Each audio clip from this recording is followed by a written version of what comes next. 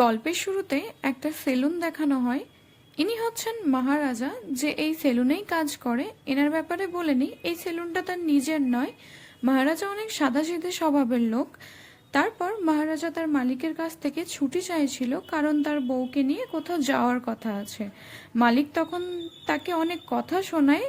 শেষে যাই হোক, মহারাজাকে ছুটিও দিয়ে দেয়। তারপর মহারাজাকে একটা খেলনার দোকানে দেখানো হয়, যে তার মেয়ের জন্য খেলনা কিনছিল। ওই দোকান থেকে মহারাজা তার বউকে খেলনা দেখাচ্ছিল যে কোন খেলনাটা নেবে। ঠিক তখনই একটা ট্রাক ফুল স্পিডে এসে মহারাজার বাড়িতে ধাক্কা মারে। এটা দেখে সে হতভম্ব হয়ে যায়। তারপর সিন শিফট হয়।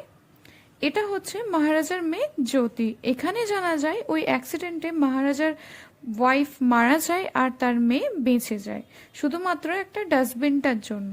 ব্যাপারটা হচ্ছে, যখন ওই ট্রাকটা তার বাড়িতে ধাক্কা মারে তখন ছাদ ভেঙে পড়ে। উপরে থাকা ডাস্টবিনটা তার মেয়েকে ঢেকে নেয়, এই কারণে সে বেঁচে যায়। তখন থেকেই ওই ডাস্টবিনটা তাদের একটা ফ্যামিলি মেম্বার হয়ে যায়। তার নাম দেয় লক্ষ্মী। লক্ষ্মীকে তারা রোজ স্নান করায়, পুজো করে। তার মহারাজা আর তার মেয়ে জ্যোতি একে অপরের খুব ভালোভাবে খেয়াল রাখে। মহারাজা জ্যোতিকে কখনো তার মায়ের খামতি অনুভব করতে দেয়নি। তারপর আমরা জানতে পারি জ্যোতি পড়াশোনায় ভালো না হলেও স্পোর্টসে অনেক ভালো। বড় হয়ে সে অ্যাথলেট হতে চায়। মহারাজা তখন ওই সেলুনে কাজ করে, কিন্তু এখন ওটা তার নিজের সেলুন। তারপর দেখানো হয় জ্যোতির গার্জেন কল করা হয়েছে, কারণ একটা ফাংশনে জ্যোতি কিছু গেস্টদের জলের সঙ্গে মদ মিশিয়ে দিয়েছিল। এই কারণে প্রিন্সিপাল জ্যোতিকে স্কুল থেকে বার করে দেবে, আরও অনেক কিছু বলছিল। মহারাজা তখন বলে, আপনার কোথাও ভুল হচ্ছে, আমার মেয়ে এমন করতেই পারে না।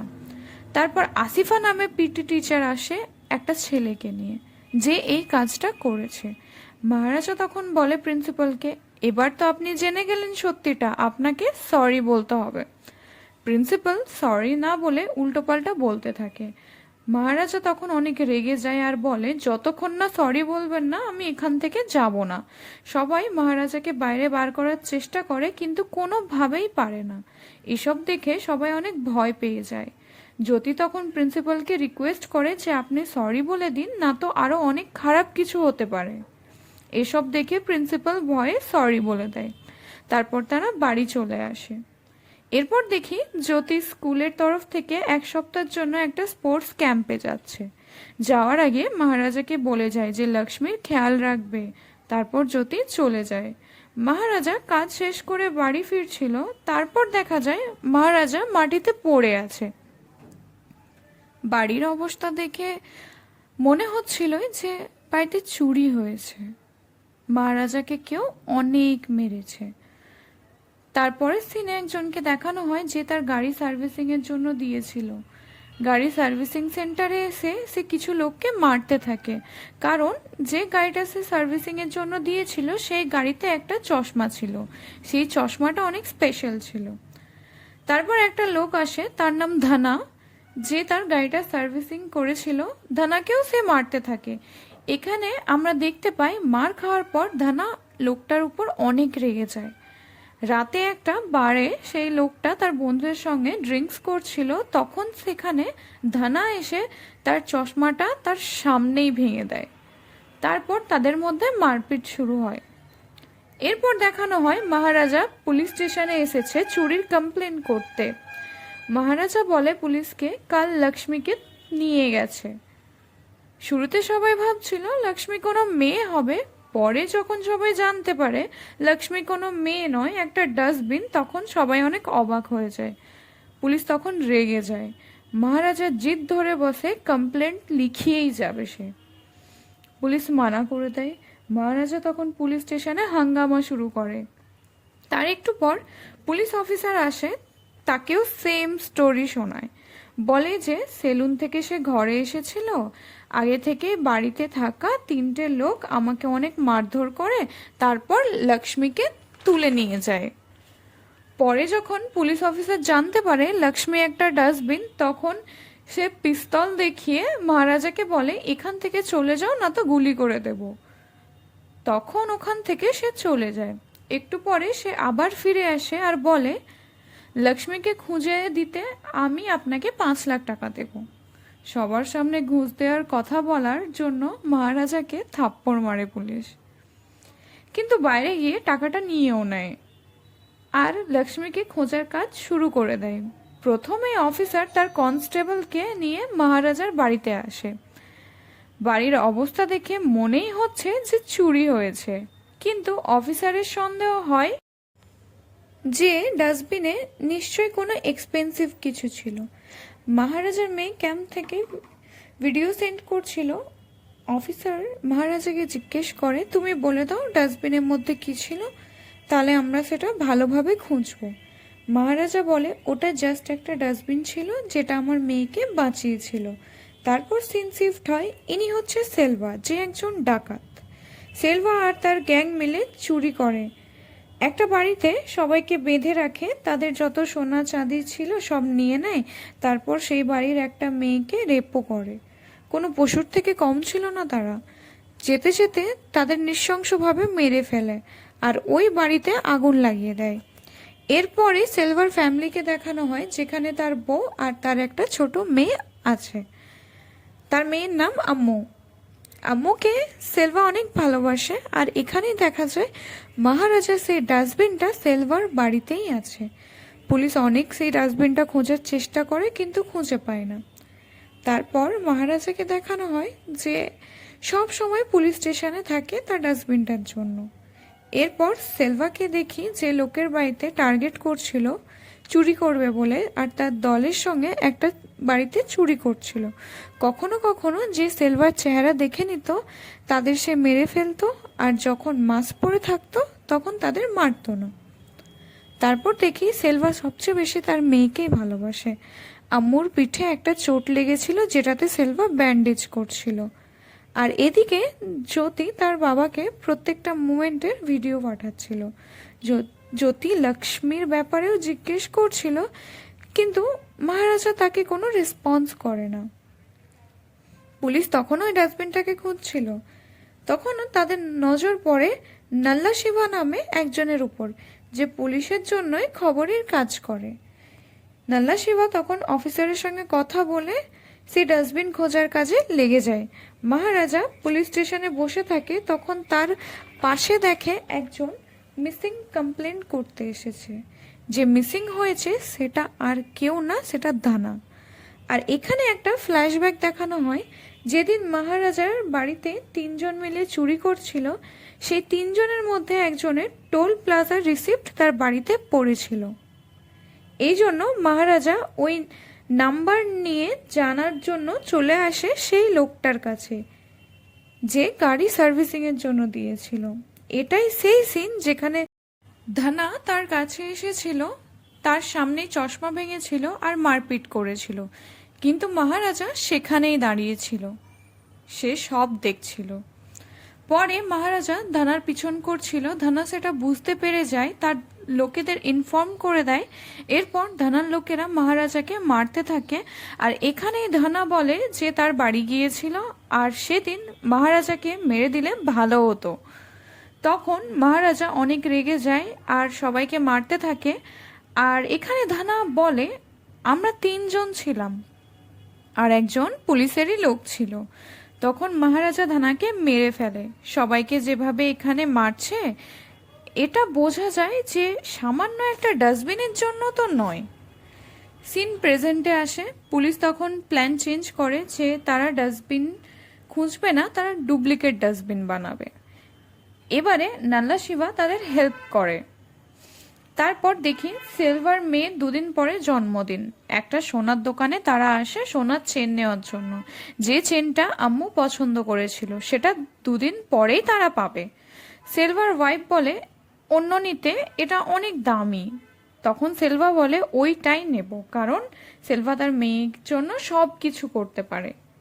এরপর দেখানো হয় জ্যোতি ওই ক্যাম্পেই ছিল আর তার বাবাকে অনেক মিস করছিল। এইদিকে সেলভার মেয়ের জন্মদিন চলে আসে। সেলভার বউ তাকে চেন নিয়ে আসার কথা বলে আর বলে যে দাড়ি কেটে আসবে। এখানে সেলভা চেনটা নেয়, তারপর একটা সেলুনে আসে যেটা মহারাজার সেলুন ছিল। মহারাজা সেলভার সাথে কথা বলে জানতে পারে আজ তার মেয়ের জন্মদিন। তার বাড়ি বেশি দূরে নয়, কাছেই। তখন মহারাজা দেখে তার ট্রিমারের ব্যাটারি শেষ। মহারাজা ব্যাটারি নিতে চলে যায়, তখনই সেলভার কাছে তার দলের একজনের কল আসে আর বলে পুলিশ আমাদের উপর সন্দেহ করছে। যখন সেলভার টার্ন নেয় তখন পেছনে মহারাজা দাঁড়িয়েছিল। শায়দ মহারাজা সব শুনে নিয়েছিল। সেলভা এতে ভয় পেতে থাকে। বাড়ি এসে সেলভা চিন্তা করে, তখনই ঘরে তার দলের একজন আসে। সেলভা তখন বলে মহারাজা মনে হয় সব কথা শুনে নিয়েছে, মহারাজাকে শেষ করতে হবে। সেলভা তারপর দেখে যে সোনার চেনটা সে তার মেয়ের জন্য নিয়েছিল সেটা মিসিং। তখন দেখি যে সোনার চেনটা সেলভা সেলুনেই রেখে চলে আসে। মহারাজা তখন সেলভার বাড়ি আসে সেটা দিতে, আর পেছনে পুলিশও আসছিল। সেলভা এসব দেখে মনে করে মহারাজাই পুলিশকে ডেকে এনেছে। পুলিশ তখন সেলভাকে মারতে থাকে। ঠিক তখন সেলভার দলের একজন পকেট থেকে পিস্তল বার করে। পুলিশ তখন তাকে শ্যুট করে দেয় আর সেলভাকে অ্যারেস্ট করে নেয়। তারপর পুলিশ সেই নকল ডাস্টবিন বানিয়ে নিয়েছিল। এদিকে একটা সমস্যা হয়েছে, পুলিশ অফিসার কাউকে পাচ্ছিল না যে ডাস্টবিন চুরির দোষ নিজের উপর নেবে। তারপর অফিসার নল্লা শিবাকে বলে তুমি এই দোষটা নেবে। অফিসার তখন পুলিশ স্টেশনে কল করে বলে মহারাজাকে জিজ্ঞেস করো যে সেদিন কি হয়েছিল, কারণ সেই মতো নল্লা শিবা মহারাজাকে বলবে। মহারাজা বলতে শুরু করে যে কাজ শেষ করে সে যখন ঘরে এসেছিল, এখানে আমরা দেখি মহারাজা নিজের নয় তারই মেয়ে জ্যোতির স্টোরি শোনায়। কিছুদিন আগে সে যখন ক্যাম্প থেকে এসেছিল, এখানে ধানা, নল্লা শিবা আর সেলভা আগে থেকেই তার বাড়িতে ছিল। এখানে সবাই জ্যোতিকে অনেক মারধর করে। নল্লা শিবা আর ধানা জ্যোতির রেপও করে। ব্যাপারটা হচ্ছে সেলভা 13 বছর জেলে ছিল। জেল থেকে ছাড়া পেয়ে সে মহারাজার কাছে বদলা নিতে তার বাড়ি আসে। মহারাজাকে না পেয়ে জ্যোতির সঙ্গে এসব করে। মহারাজা ডেলি টাইমে বাড়ি চলে আসে, আর সেই দিনই মহারাজা জুতোর দোকানে দেরি করে ফেলে। এসব কিছু জ্যোতির সঙ্গে হয়েছিল, কিন্তু মহারাজা নিজের উপর দিয়ে স্টোরিটা শোনায় যে তাকে অনেক মারা হয়েছিল আর লক্ষ্মীকে নিয়ে যায় তারা। এবার পুলিশ সবাই এখানে বুঝতে পারে একটা ডাস্টবিনের জন্য তো এত কিছু হতে পারে না। মহারাজার কথাগুলো যখন নল্লা শিবা শোনে তখন সে বুঝে যায় এসব তো তারাই করেছে। নল্লা শিবা ভয় পেয়ে যায় আর অফিসারকে বলে দোষটা নিতে পারবো না। তারপরে নল্লা শিবা সেলভাকে কল করে এসব কথা বলে। সেলভা বলে ধানারও কোনো খোঁজপাত্তা নেই। অফিসার তারপর নল্লা শিবাকে বলে তুমিই দোষ নেবে। নল্লা শিবা তখন আর কিছু বলতে পারে না। তারপর একটা সিন দেখানো হয়, সেলভা, ধানা আর নল্লা শিবা চলে যাওয়ার পর মহারাজা যখন বাড়িতে আসে, মহারাজা তার মেয়েকে দেখে সে তো অবাকই হয়ে যায়। তখন সে নিজেকে সামলাতে পারছিল না, কেউ কি করে তার মেয়ের সঙ্গে এরকম করতে পারে। সঙ্গে সঙ্গে জ্যোতিকে হসপিটাল নিয়ে যায়। বাড়ি এসে মহারাজা নিজেই সবকিছু ভাঙতে লাগে যাতে মনে হয় যে চুরি করা হয়েছে। তারপর আমরা দেখি জ্যোতি যেখানে অ্যাডমিট ছিল ওই বেডের নিচে সেই ডাস্টবিনটা ছিল। জ্যোতি তার বাবাকে বলে এত নির্দয় কেউ কি করে হতে পারে, সে আমার সঙ্গে এসব করেছে, আমি তার কাছে যেতে চাই আর তাকে জিজ্ঞেস করতে চাই সে কেন এসব করলো আমার সাথে। এরপর দেখি অফিসার তার টিমকে নিয়ে মহারাজা বাড়ি আসে। অফিসার নল্লা শিবাকে দেখিয়ে বলে যে এইটাই সেই লোকটা যে তোমার লক্ষ্মীকে চুরি করেছিল। নল্লা শিবা বলতে থাকে লক্ষ্মীকে কিভাবে চুরি করেছে। বলার পর শেষে মহারাজা নল্লা শিবাকে জড়িয়ে ধরে। তখনই মহারাজা বুঝে যায় এই সেই 3 জনের মধ্যে একজন, কেননা ওর পিঠে কানের মতো কিছু একটা ছিল। জ্যোতি অনেক আগেই বলেছিল যে একজনের পিঠে কানের মতো কিছু ছিল। অফিসার তখন বলে এবার তুমি দেখে নাও এর সঙ্গে কি করবে। মহারাজা বলে একে মাফ করে দেব। অফিসার বলে যদি সে তোমার মেয়েকেও রেপ করে তখনও কি তুমি তাকে মাফ করবে? এখানে অফিসার সব জানে। প্রথমেই তারা ইনভেস্টিগেশন করে সব জানতে পারে যে নল্লা শিবাই এটা করেছে। সেই জন্য তারা নল্লা শিবাকে এখানে নিয়ে আসে। তারপর সবাই বাইরে চলে আসে। মহারাজা নল্লা শিবাকে মেরে ফেলে। এরপর সেলভাকে দেখানো হয় যে কনস্ট্রাকশন হাউসে কাজ করে। সেলভা এখানে এসে মহারাজাকে দেখে, তখন সেলভার লোকেদের মারতে থাকে মহারাজা। তারপর সেলভা আসে, মহারাজা সেলভাকে দেখে অবাক হয়, 13 বছর আগে তার সামনেই সে অ্যারেস্ট হয়েছিল।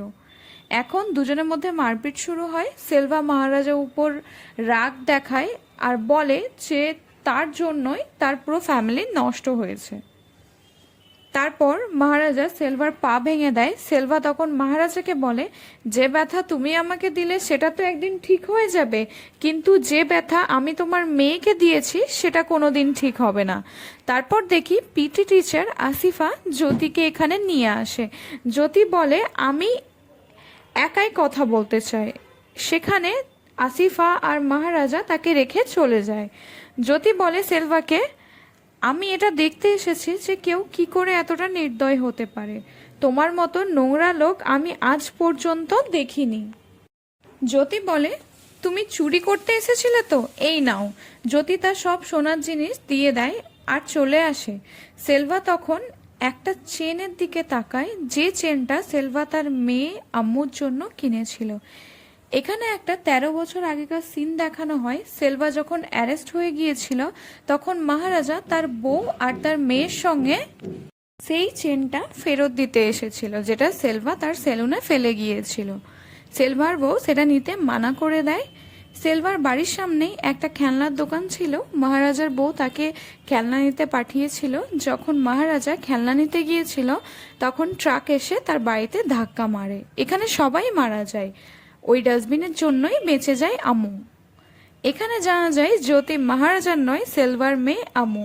তখনই সেলভা দেখে আম্মুর পিঠে সেই দাগটা আছে যেটাতে সে ছোটবেলায় আঘাত পেয়েছিল।